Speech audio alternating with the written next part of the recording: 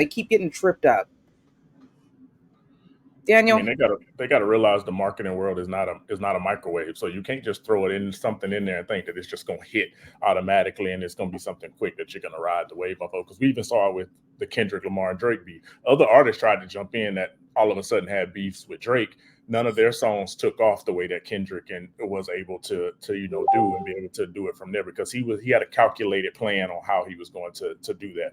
So you always got to make sure that trust your audience. You got to make sure that you give your audience what they're looking for, and also that you're culturally sound and connect with that audience because that's what people are looking for now. If you don't connect with them, they're not trying to hear from you.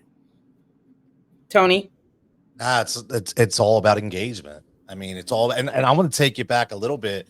Like Tony, you mentioned about how we've had beef back in the day, but never from a PR standpoint. I mean, look, go all the way back. I'm old school, right? Go all the way back to LL and Cannabis, right? So when they had that beef, when Cannabis came out with Second Round Knockout, one of the biggest beefs to LL was he was too mainstream. He was too pop. He couldn't take it back to the hood, right? And he comes back with that 4-3-2-1 verse that literally destroyed Cannabis, but nobody really talked about it back then because there was no PR behind it. It didn't really grow LL anymore because LL was already on top of his game, but it showed another side of him. But LL knew he had it.